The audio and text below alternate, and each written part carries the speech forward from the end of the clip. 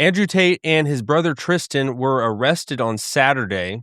These are the two big influencers, worldwide influencers, that are facing some pretty serious allegations. This is like some decades-long allegations, but they've never been convicted of anything. This is from CBS News. All right, Tate brothers held in federal detention as they face new rape and sex trafficking charges, possibly UK extradition. Influencer brothers Andrew and Tristan Tate will fight extradition to the United Kingdom.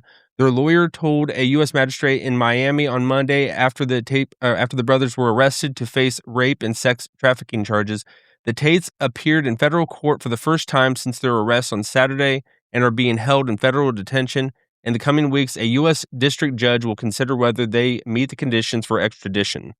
So, whatever you think of the Tate brothers, and there's a lot of mixed messages, a lot of mixed signals, but they've never been actually convicted of anything.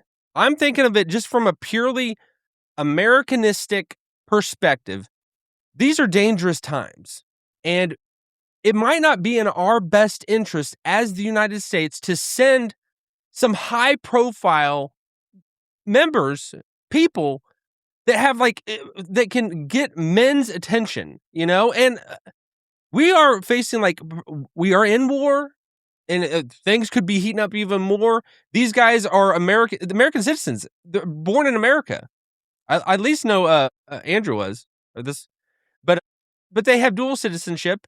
And to say that we're going to acquiesce to the UK government, they are unhinged at this point.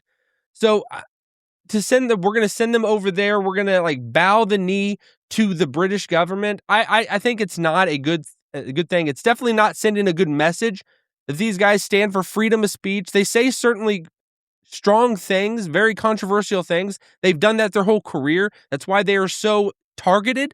That's why they've been so targeted their whole lives. They've brought a lot of this on themselves. I'm not going to defend things that they've done, in the porn industry and all that, whatever, and all that, But I mean, Tristan he says he's a Christian. Andrew Tate says he's a Muslim. That's the only thing really I have against Andrew Tate. But I just think, from the perspective of just pragmatically, it's not sending a good message of are we going to fight and die for free speech over here? Are we going to just bow the knee to someone that we say that we're friendly with, that with is the UK, are they going to have our back? If we are really in war, are they going to have our back? Who knows at this point? But I just think it would be smart and in our interest as the United States to keep these men, and get them loving America, which they already do love America. And it just seems so weird that this is happening under the Trump government. Under the Trump administration. I could see this happening if the left was in charge. That would be a no-brainer. Obviously, we're going to send them over there. But these are guys that have stood with Donald Trump, who believe in Trump and his ways and all that, and believe in freedom and all that. So it's if we're going to just bow the knee and just send them over there, I think it's going to very much hurt our credit, especially with young men who might look up to these guys. Whatever you think of it, they have amassed a huge audience. They have amassed a huge following and wealth, and they have major influence. And I if you were in a foxhole, are you want to sit by the British Prime Minister, or are you going to want what Andrew Tate in your foxhole? That's the way I see it. Maybe I'm just the boiled down, but when we get in the jungle, in just fighting scenes, and we're in war and battle, it seems like you'd want to have these type of fellows, these type of men, and it's just with the whole Me Too movement. This is this on steroids over in the UK. And with the whole Epstein, all that came out with everybody under the sun, all these big names out there, but then these guys are the ones that are actually in prison, in jail. It's ludicrous to me, because it's so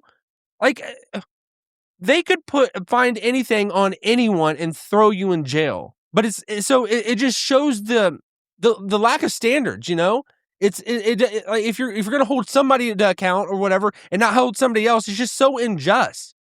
It doesn't make sense. This is my biggest beef. I don't like that Andrew Tate is a Muslim. He doesn't even talk about that. He doesn't get into that much at all. And I think he almost this is just me speculating, that he almost kind of just went that way because it felt more pragmatic for the lifestyle he wanted to lead and live, as opposed to coming to the truth claims of Jesus Christ. That's what I would say on that.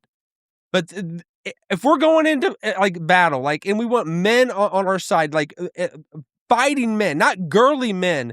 Like, it seems like you would want these guys. And if like, say we're not going to send you to the UK, but you are going to become you're enrolling in the army, and you're going to be a commander in our Marines, or in our or something. These guys would, I mean, just to be even a spokesman and fight for the American government. It could get bleak. It could be dark. It could get seriously fighting in like nonstop war. I think we want warriors on our side. That's just kind of like my boiled down perspective, getting into the nitty and gritty and all that about like everything and just trying to prosecute everything. It just becomes so, why are you prosecuting that person as opposed to somebody else? It doesn't seem fair or whatever. It doesn't seem right. It just seems just picky, choosy, whatever. All right, we'll leave it at that. Let me know what you think. I know the Tates. I honestly, I respect them in a lot of ways for who they are. Obviously, you can't.